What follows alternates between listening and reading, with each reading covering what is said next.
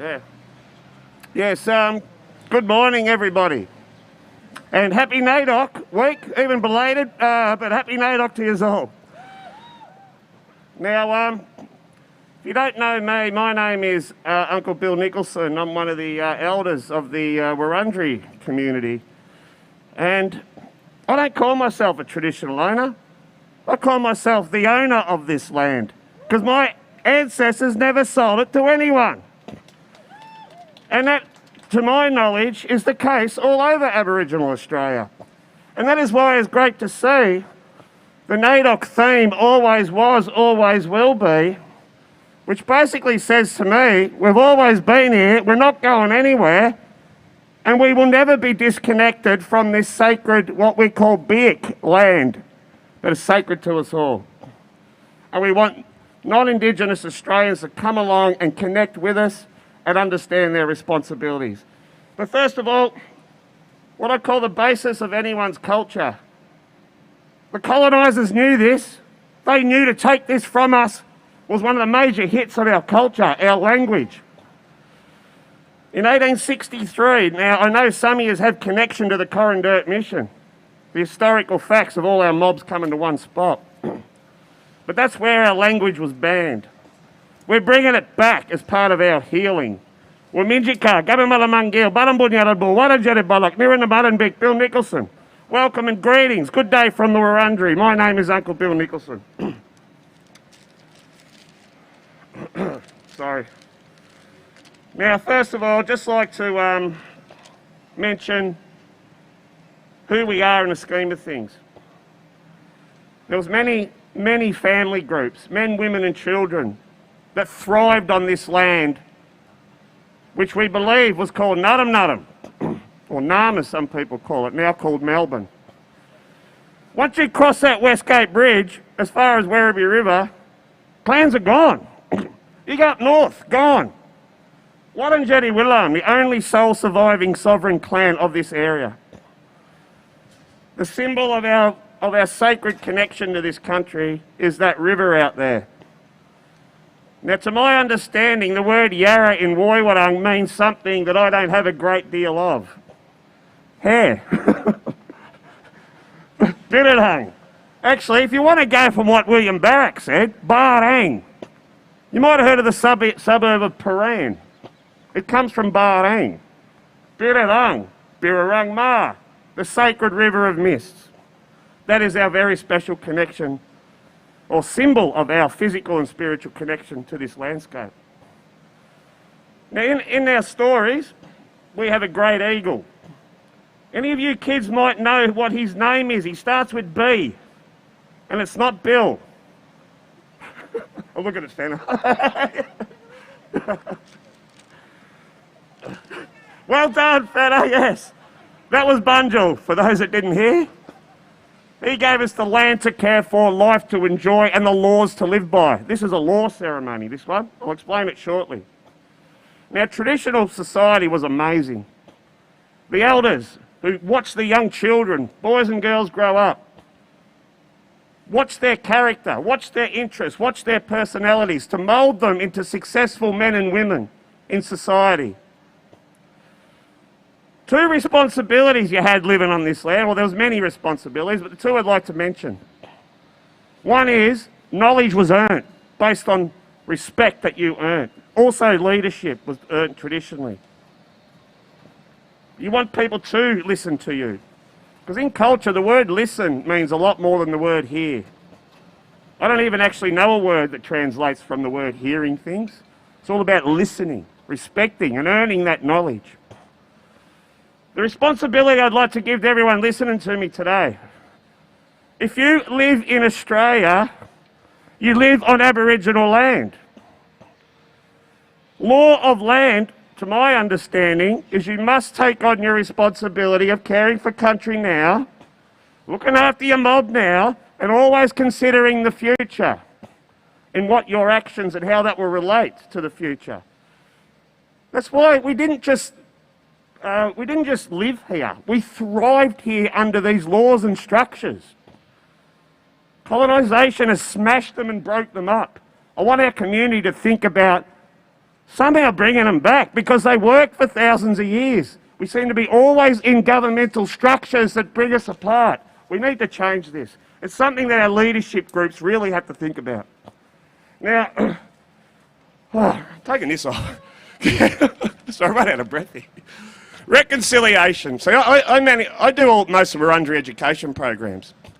You know, there's 5 million people living here. We've got 2 educators, or 3 at Wurundjeri. We've got a big job ahead of us. But we need it to do it. We need this country to listen. We need to tell our truths. For the Aboriginal community out there, we talk about truth-telling. Great, I support it. But what's our strategy of creating educators?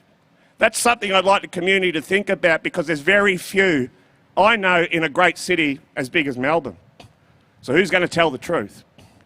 I really believe true reconciliation comes when non-Indigenous Australians are as proud as our culture as we are and take the responsibility of caring for country and caring for one another and understanding that. I think it can happen, but it has to come through us and our stories and our perspectives. They don't call us the greatest storytellers on the planet for nothing. Anyway, probably heard a bit too much of me, but I'd just like to just acknowledge a couple of very important people to me that inspire me every day to get up and tell my story. And to be honest, and for some of the older Aboriginal members here, you know, you're telling our story, it's important, but a lot of it's sad. A lot of it, you know, if you read history, colonisation, invasion, I can't find nothing happy or funny in it. It's all sad and devastating. That's something as educators we hold every day. But like I said, we do it for a purpose, to teach this country its responsibility and bridge it together. Now, the ceremony, we'll get that smoke going now, Will. I'm going to invite us through the smoke. Explain it this way. For non-Indigenous people, you might understand this illustration. Passport, book, gives you access to someone's land. You've got to obey their laws or you get sent home. Simple. This is your passport. Tandarum Naji. See, ceremony was a key aspect of Aboriginal culture, also something banned in 1863. It's great to see our welcomes and so forth, but this is the law meaning of it. Message stick, this one here. Mungul Kolk. iPhone. No. Make word on wood. Message stick. Witty giddy. Send it to our neighbours. Feeling of ceremony. You'd probably feel it a bit now if you're living in Melbourne here, because now you're able to connect to some of your extended family or your family members. You can get out of this city, finally. The feeling of that would have been the feeling of this. Like a big family reunion. Everyone coming back together, conducting their business, their family business, country, religious, whatever it might be. So it was a joyful occasion. And that's what we want to convey all the time when we do a welcome and smoking ceremony. Now, we would offer you vegetation to symbolise your access to our sacred resources. And you talk about physical and spiritual responsibility and connection. The old fellas, and so do I, the wind, the fire, the water, the air, the energies of the earth are spiritual connected to us. Fire in particular. So the offering of vegetation symbolised you could use our sacred resources. The snapping of a spear symbolised no one would hurt you. The offering of water in a wooden bowl we call tarnuk is a trust and respect. And then the walking through smoke. Now this country is going to be tested very soon. Is it able to listen to Aboriginal knowledge concerning fire? Because I'm 47 and I've seen 3 major fires. Some of you older fellas might have seen more. Some of you young fellas saw one last year. We can't have that anymore. The country's crying out. Our Maoris, our totem, our skin group are getting killed every summer. All those beautiful native animals out there. It's our responsibility, but we're only 3%. That's what I'm saying before. 97%, wake up, listen. Knowledge is all around this country. Fire's a physical cleanser. I'm going to ask you to walk through the smoke to cleanse what we call murup. Murup's your spirit. We believe, so we don't have stories at the end of the world. We don't have stories at the end of anything, because the old people believe that you just revert into a different form of life, I guess you could say, the spiritual form. Good and bad energies on country. We see that, you know. Unfortunately, the social statistics say because we don't have a treaty or a peace agreement, we're still at war and our people are still falling. Just look at the stats. So this country needs a cleansing. We're going to cleanse Melbourne, or this part of Melbourne this morning. We're going to play the clapsticks. Just like to say, to feel truly welcome to Wurundjeri country, respect of people, country and culture is mandatory. It's not something you can choose, it's mandatory. By inviting me here to do a welcome, thank you to the NAIDOC committee and everyone behind it. We say in language, Wiminjika Wurundjeri Biik is welcome Wurundjeri country. Feel free to come for a smoke. Thank you.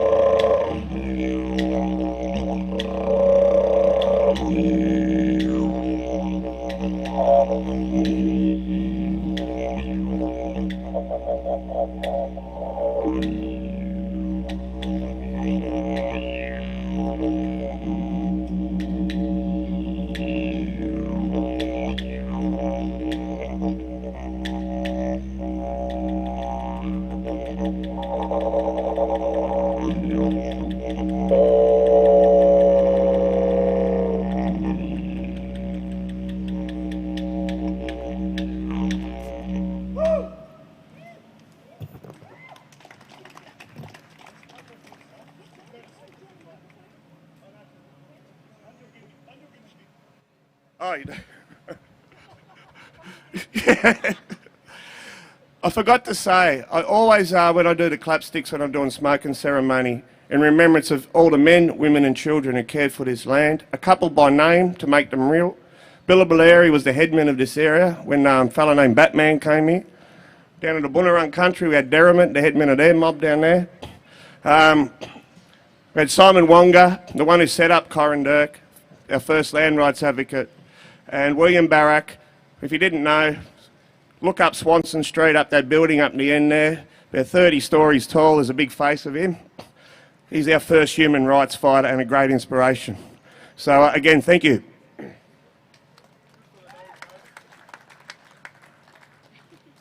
Okay, I'm a shorty. There we go. We usually use the lectern, but I feel like I just want to use this microphone next to the fire. So our other speakers, feel free to use either. It's up to you. So, Womenjika, Bikal, Wurundjeri Balakut, Naranik Stacey, Victorian NAIDOC chairperson. As Bill mentioned, I'm still very much in that leadership initiation, I guess. So, stepping into this space, You know, it's my 3rd year as the chairperson of the Victorian NAIDOC committee, and I feel today this is really significant, having our first event after restrictions have been lifted, after being in lockdown for 8 months. This is really significant, and I'm really proud. I just wanted to say that. I acknowledge my ancestors and my elders and my community. I acknowledge the young people who are our future leaders. I acknowledge this land that we're on, Aboriginal land, land of the Wurundjeri people, and I acknowledge the Bunurong people and all the Kulin Nation mobs, and I extend that out to the colonial state of Victoria, acknowledging all mobs and clans, language groups who are part of Victorian NAIDOC. So I hope, you know, a lot of you could tune in and be a part of this special ceremony. Thank you, Bill. He's known as Uncle Bill, but he's my big cousin. It's all right. Bill has to go off to an event at the MCG. So thank you for being here. And Will, my cousin, thank you so much for cleansing our morops today. All right. So I'd like to acknowledge all elders who are here today as well. We have Auntie Pam Pedersen, who is the Honorary Elder on the Victorian NAIDOC Committee. We have Auntie Jill Gallagher, who's the CEO of VATCHO, and VATCHO is our auspice. They auspice and support Victorian NAIDOC to put on these events for community every year. I'd like to acknowledge Esther Tambo, or Esther Ketchell Tambo, who's here this year to represent her Torres Strait Islander community, and will be she'll be speaking and raising the Torres Strait Islander flag. I acknowledge Tom Mosby, who's also here, the CEO of the Koori Heritage Trust, and you're here representing all our community through your role, but also as a strong and proud Torres Strait Islander man. I acknowledge all the community that are here today. Yeah, it's a new space for us all to be out in public again, so thank you for bringing the good energy. I acknowledge 3K&D. We've got 2 of the gorgeous girls from 3K&D streaming live. The Minister for Aboriginal Affairs, Gabrielle Williams, she couldn't make it today and she sends her sincere apologies. I acknowledge the CEO of Federation Square, who's here, Xavier Kassar. And we thank you very much for supporting us today to hold this event, and yeah, just allowing us, or letting us, supporting us to make it happen. I'd also like to, yes, just acknowledge anyone who's watching on the live stream. Today is, as I said, very significant. It's the first time it's mob running this event and opening NAIDOC formally, and yeah, just being very self-determined in that. So this is, yeah, very significant. And the Victorian NAIDOC Committee, I know you're watching, and we have a couple of the members here today. Thank you for your tireless work. Thank you to Troy Benjamin and Janine Payne, who have literally been smashing out our online content. They are working around the clock. So I've spoken to many elders over the last few weeks. We've been interviewing online, Zooming. It's actually, COVID's provided an opportunity for us to connect with elders that we wouldn't normally connect to. And yeah, we've got some voices coming through. We're really excited to share that with you. But it's, yeah, just sort of around what NAIDOC means to them and what the theme this year means to them. And for many, I could hear the sadness that more was not being done to protect country. So this is why we made these T-shirts. We've always wanted to make these T-shirts. We've partnered with Yali Creative, a beautiful Yorta Yorta Jajawarang Gamilaroi woman, Madison Connors, and she and Victorian NAIDOC partnered together to create these, just to remind people we need to be protecting country. As Bill said, you know, we thrived and survived, and country also thrived and survived for so long, you know, and there was nothing, yeah, we were custodians, so we cared for country. So we need to make sure people join us in this. You know, during COVID there was sites being blown up, sacred women's sites being destroyed. And we've still got logging happening up on the Central Highlands bush country. There's 1% of old growth forests left up there. 1%. And it's being logged for copy paper and wood pulp. You know, some people say, oh, but you live in a house, right? It's like, well, the houses aren't coming out of that forest. So we need to really wake up and think about what we're doing to our mother. We're all residents of this planet. We're all part of caring for country. So I hope you, even if you get a t-shirt, great. If you don't, just, you know, keep that sentiment going. It's, you know, really important that we do this. Especially now, since the pandemic's passed, we've really got to push forward. So, speaking to the community, and this year's theme, always was, always will be, to most, the general consensus is that it's still as relevant today as when we were fighting for land rights fighting for our rights back in 1938. I spoke to Uncle Boydie, the last of William Cooper's grandsons, who's surviving, and what's come through is there's still a lot of unfinished business. So Uncle William Cooper did call for a national recognised public holiday for NAIDOC, and we still don't have one. So that's unfinished business. On Friday night, the Victorian NAIDOC Committee presented an awards event featuring past recipients, current and past award recipients from the last 10 years. We listened to interviews while preparing the stream to take place, and it reminded us of how important recognition is. Each and every awardee that was interviewed spoke of the pride they felt representing their family, their elders and their community, and that was really strong. And for many of them, it changed their life. So NAIDOC is very significant to our community, and it's great to recognise them. Well, that's it for my speech, actually. So thank you for joining us, and I'll now pass over to Auntie Jill Gallagher. Do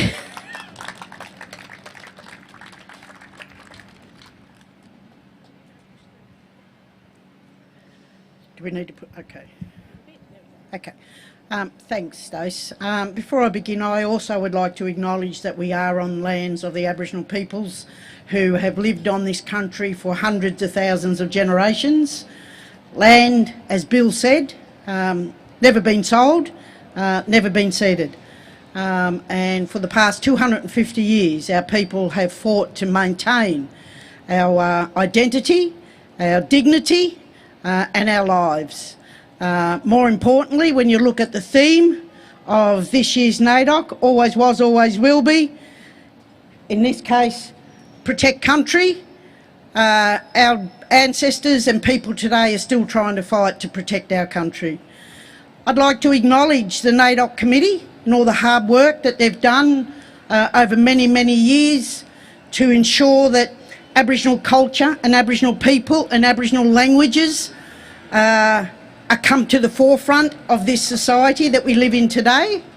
It's a pity that it's only a week long, whereas Aboriginal culture, as Bill said in his welcome to country, Aboriginal culture, Aboriginal people, Aboriginal history, Aboriginal values should be valued by all societies in this great country we now call Australia. And all Australians, black, white, multicultural, no matter where you're from, if you live in this country, you should know our culture and you should value and stand up and be proud and say, we have on this continent the oldest living culture on the planet. But yet, we have the most incarcerated peoples on the planet. We have, how many of our children are still being taken away in out-of-home care? Shame, exactly. We have still third world conditions right across this country in our communities. We should not only protect country, we've got to protect our people.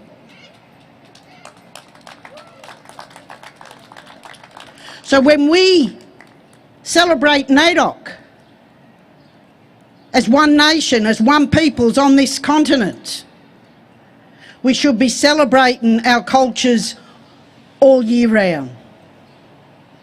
So I would like to thank the NAIDOC committee for all their hard work, for their leadership, their tenacity, but also sometimes you have to actually walk on eggshells with the political environment, and you do that quite well. You do that very well. So you play that political game, and that's what we need to do. So again, thanks Stacey for your leadership. Strong, powerful Aboriginal woman.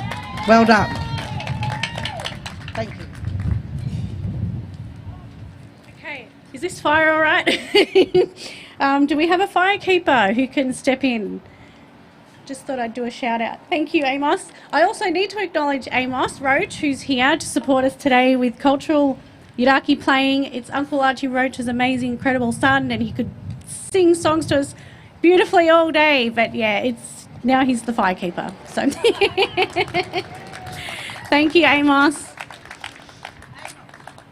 I'd also like to acknowledge Auntie Alice, because I know she's in a very important meeting today with the Wurundjeri Council, and she's part of the Victorian NAIDOC committee, one of our elders, and she really sends her apologies. She wishes she could be here.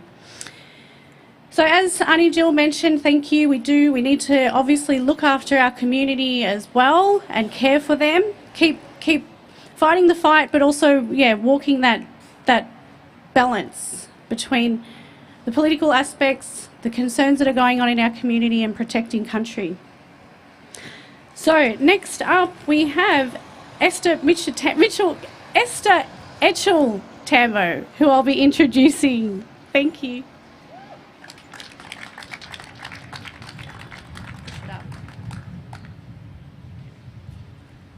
Thank you, Stacey, and thanks for adjusting that mic.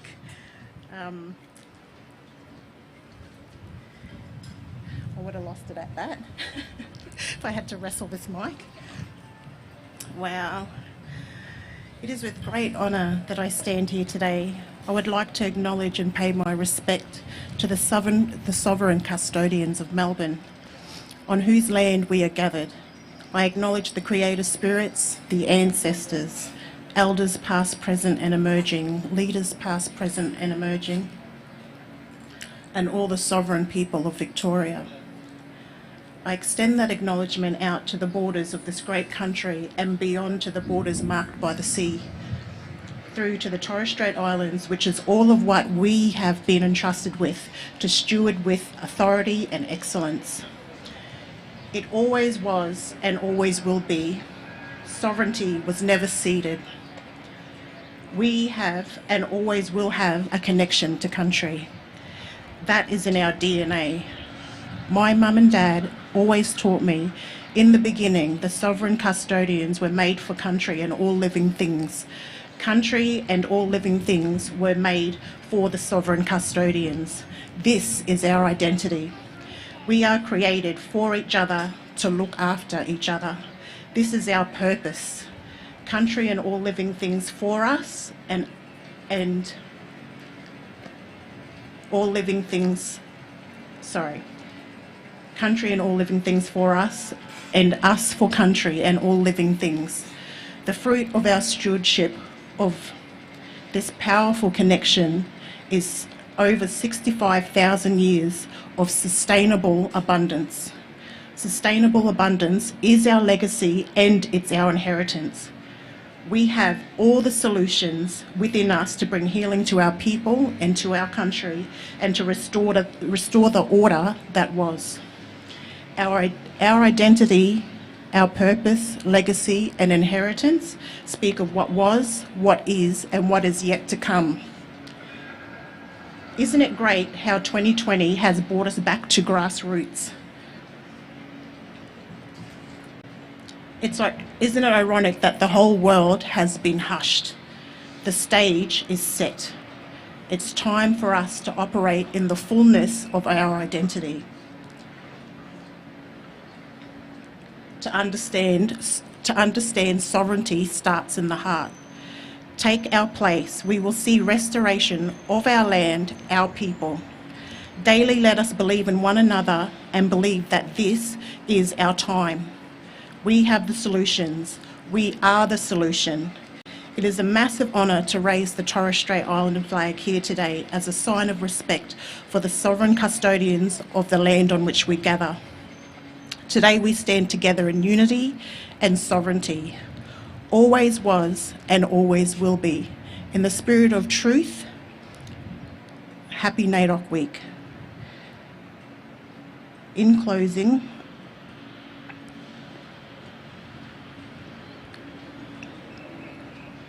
our words create our world, so let's speak what we want to see. Thank you.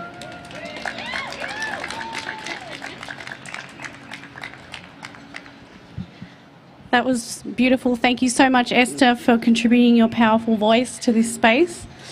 So now we'll invite the flag raisers to... Oh, Amos will play a song for the moment and then we'll proceed with the flag raising.